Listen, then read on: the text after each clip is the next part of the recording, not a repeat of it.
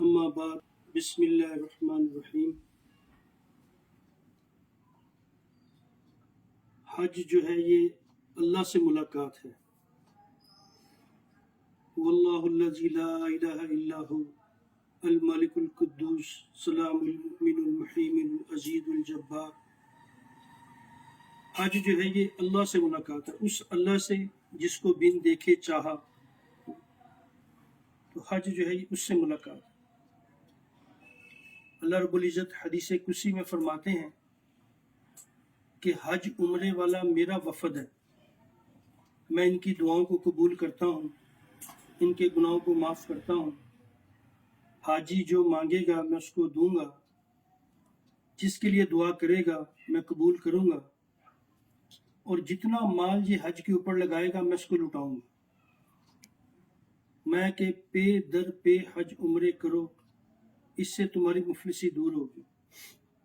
حدیث پاک میں آتا ہے جس کا مفہوم ہے کہ جس نے ایک حج کیا اس نے فرض پورا کیا، جس نے 2 حج کیے اس نے اللہ کو قرض دیا، اور جس نے 3 حج کیے اس بال اور کھال پر جہنم کی آگ حرام۔ جناب رسول اللہ صلی اللہ علیہ وسلم کے ارشاد کا مفہوم ہے کہ جو حج کی استطاعت رکھتے ہوئے حج نہ کرے، وہ شفیق نبی کہ جو امت کا ذرا سا بھی غم ان کو برداشت نہیں۔ وہ کیا فرما رہے ہیں کہ جو حج کی استطاعت رکھتے ہوئے حج نہ کرے تو میری طرف سے چاہے یہودی مرے چاہے نصرانی مرے۔ آپ نے فرمایا کہ اس سے پہلے حج کر لو، ایسا نہ ہو کوئی بیماری لاحق ہو جائے یا کوئی اور کام ہو جائے۔ تو حج جو ہے، کسی اللہ والے سے کسی نے پوچھا کہ اتنے لوگ حج پہ جاتے ہیں، کیسے پتہ چلے کہ کس کا حج قبول ہے؟ تو انہوں نے فرمایا کہ جو گناہ انسان پہلے کرتا تھا اس سے باز آ جائے، اس سے توبہ کر لے، اس کا حج قبول ہے۔ حج جو ہے یہ تبدیلی کا نام ہے کہ زندگی پھر جو ہے ایک سر بدل جائے۔ قرب قیامت کی نشانیوں میں آتا ہے کہ لوگ حج اور عمرے سیر و تفریح کے لیے کریں گے۔ آپ صلی اللہ علیہ وسلم فرمایا جس کا مفہوم ہے 4 طبقے فرمائے کہ کچھ لوگ جو ہیں وہ سیر و تفریح کی غرض سے حج کریں گے، کچھ لوگ جو ہے شہرت کی غرض سے کریں گے، اور کچھ لوگ تجارت کی غرض سے حج عمرہ کریں گے، اور فرمایا کچھ لوگ جو ہیں وہ وہاں جا کر بھیک مانگیں گے۔ تو پاکستان کا ایک علاقہ، میں نام نہیں لیتا، وہاں سے پورا جہاز بھر کے جاتا ہے حج کے، اور آپ مسجد نبوی سے جیسے ہی آپ نماز پڑھ کے باہر نکلتے ہیں تو وہ عورتیں اور بندے حاجی مسکین حاجی مسکین۔ تو اللہ کے نبی نے کب فرمایا کہ لوگ حج اور عمرہ سیر و تفریح کے لیے کریں گے؟ تو حج تبدیلی کا نام ہے۔ اللہ کے نبی نے فرمایا کہ انسان ایسے ہوتا ہے کہ جیسے ماں کے پیٹ سے نکلا، کہ اس کے سارے گناہ اللہ معاف فرما دیتا۔ پھر آپ نے فرمایا کہ جو حج کر کے بھی سمجھے کہ میرے گناہ معاف نہیں، وہ بھی گناہ گار۔ جب اللہ رب العزت کہہ رہے ہیں کہ تمہارے سارے اگلے پچھلے گناہ، پہلے لوگ حج عمرہ کرتے تھے، ان کی زندگیاں بدلتی تھیں۔ اس کی وجہ کیا تھی کہ اللہ والوں کی صحبت ہوتی تھی، 6 مہینے سال کا ان کا سفر ہوتا تھا، اور مشقتیں، تکلیفیں، صبر، ایمان بن رہا ہے، ایمان پک رہا ہے۔ جب حرم کو دیکھتے تھے تو ان کی چیخیں نکل جاتی تھی، جب ہاتھ اٹھاتے تھے اللہ ان کے کام بنا دیتا تھا۔ آج محنت نہ ہوئی تو جو گندی دنیا دل میں لی ہوئی وہ لے کر میرے جیسا انسان دفتر سے اٹھا، کاروبار سے اٹھا، وہ حرم میں چلا گیا، اور وہی اسی دنیا کے ساتھ جو ہے اس کا طواف کیا گھر کا۔ پھر آج ساری دنیا کی آج جو ہے وہاں چیزیں بچھی ہوئی ہیں۔ اب حرم سے باہر نکلیں گے تو حاجی جو ہے وہ ایک ہاتھ میں تسبیح، ایک ہاتھ میں مصلی، کبھی اس مارکیٹ میں پھر رہا ہے، کبھی اس مارکیٹ میں پھر رہا ہے۔ تو حج تبدیلی کا نام۔ اور اللہ کے گھر میں فرمایا کہ 17 مقامات ایسے ہیں جہاں دعا قبول ہوتی ہے۔ اللہ کے نبی نے گارنٹی دی کہ پہلی نظر پہ دعا قبول ہے، اور پہلی نظر پہ اللہ سے کیا مانگنا؟ کہ اللہ سے اللہ کو مانگنا کہ یا اللہ مجھے مستجاب دعا بنا دے۔ میری جتنی دعا ہے، جب تک میں دعا مانگوں یا اللہ قبول فرما۔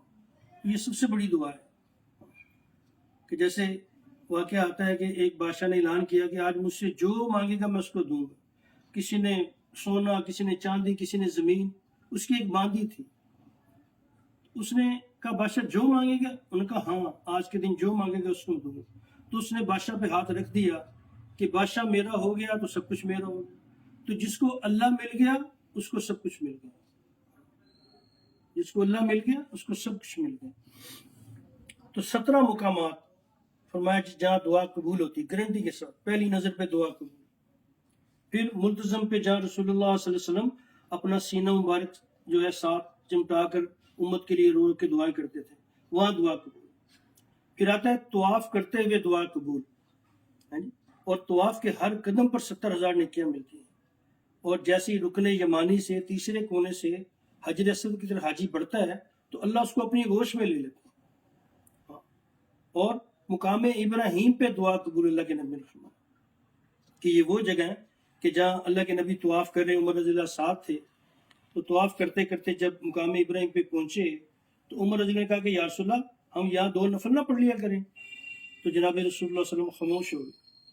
تو ساتھ ہی وہی آ گئی کہ اے نبی یہاں پر 2 نفل پڑھ لیا کرو. اب قیامت تک جتنے لوگ نفل پڑھ رہے ہیں وہ سارا ان کا صدقہ جاری ہے.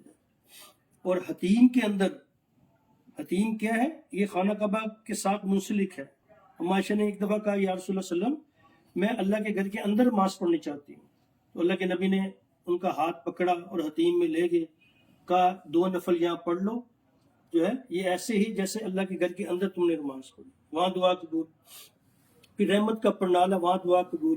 پھر رکن یمانی کے اوپر دعا قبول. پھر زمزم پیتے ہوئے، جس نیت سے زمزم انسان پیتا ہے اللہ کے نبی نے فرمایا کہ یہ قبول ہی قبول. پھر زمزم کی ایک اور فضیلت ہے کہ جو اس پانی کو سر پہ لگاتا ہے اللہ اس کو کبھی دنیا میں ذلیل نہیں کرتا. تو اللہ کے نبی نے فرمایا کہ میرا امتی جو ہے وہ رج کے پانی پیے، کم نہ پیے. اور صفا کے اوپر دعا قبول، ان صفا والمروہ من شعائر اللہ، کہ اللہ کی نشانیوں میں سے ہے. اور مروہ کے اوپر دعا قبول. پھر جو ہے عرفات کے اندر دعا قبول، مینا کے اندر دعا قبول، مزدلفہ کے اندر دعا قبول.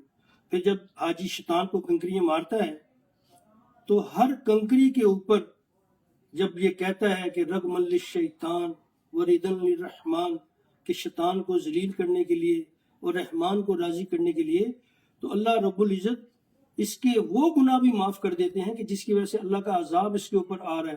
تو کنکری مارنے سے اللہ اس کے وہ بھی گناہ معاف کر دیتا ہے. تو حاجی ایسے ہوتا ہے جیسے ماں کے پیٹ سے نکلا. تو بھی اسی طرح مدینہ منورہ کی حاضری ہے. فرمایا کہ جتنے آسمان کے ستارے اس سے زیادہ مدینے کے عذاب، جتنے ریت کے ذرے اس سے زیادہ مدینے کے عذاب، جتنے بارش کے قطرے اس سے زیادہ مدینے کے عذاب، جتنے درختوں کے پتے اس سے زیادہ مدینے کے عذاب. فرمایا کہ اپنی آوازوں کو نبی کی آواز سے پست رکھو، ایسا نہ ہو تمہارے اعمال ضائع ہو جائیں تمہیں پتہ نہیں چلے. تو وہاں ادب ہے اور وہاں بہترین ذکر درود شریف ہے کہ کثرت کے ساتھ ہر وقت ہم درود شریف پڑھیں. ایک جماعت اللہ کے نبی کے روزے پہ آئی، تو جیسے مدینہ قریب آیا تو انہوں نے اپنے اونٹوں سے خوشی کے اندر انہوں نے اونٹوں سے چھلانگ لگائی اور حضور صلی اللہ علیہ وسلم کے روزے پہ آ گئے. ان کا جو سردار تھا انہوں نے اپنی سواری کو باندھا، غسل کیا اور صدقہ دیا اور نئے کپڑے پہنے، خوشبو لگائی اور 2 رکعت صلاۃ التوبہ پڑھی اور آ کر حضور صلی اللہ علیہ وسلم کے روزے پہ حاضری دی. تو اللہ کے نبی کے خواب میں زیارت ہوئی کہ اس کا عمل مجھے بڑا پسند ہے. تو جو ہم روزے پہ جائیں تو صدقہ دے کر جائیں، 2 رکعت صلاۃ التوبہ پڑھ کے جائیں.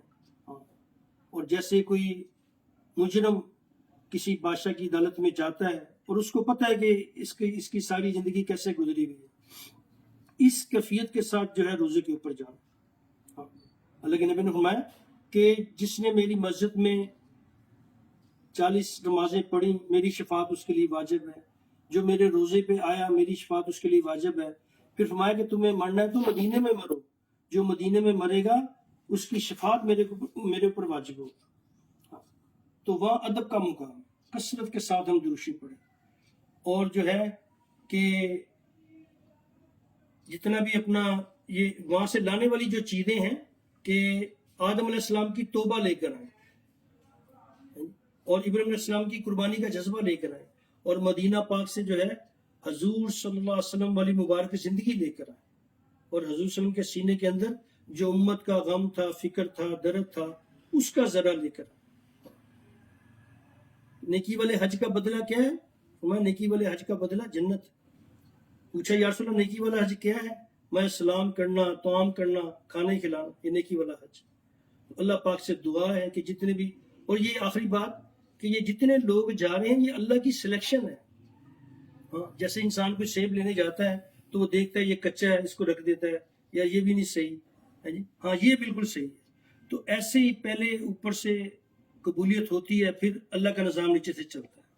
ہاں، تو یہ جتنے لوگ جا رہے ہیں مبارک ہیں، یہ اللہ کی سلیکشن ہے۔ تو اب ہمارا جو ہے حج عمرہ جو ہے اللہ پاک اس کو قبولیت کا اعلیٰ درجہ دے دے۔ اللہ پاک سے دعا ہے کہ جتنے لوگ جا رہے ہیں جی سب کے لیے دعا بھی، ہم دعا میں بھی شامل کریں۔ اللہ پاک کہنے سننے سے زیادہ عمل کی توفیق عطا فرمائے۔ وآخر دعوانا الحمدللہ۔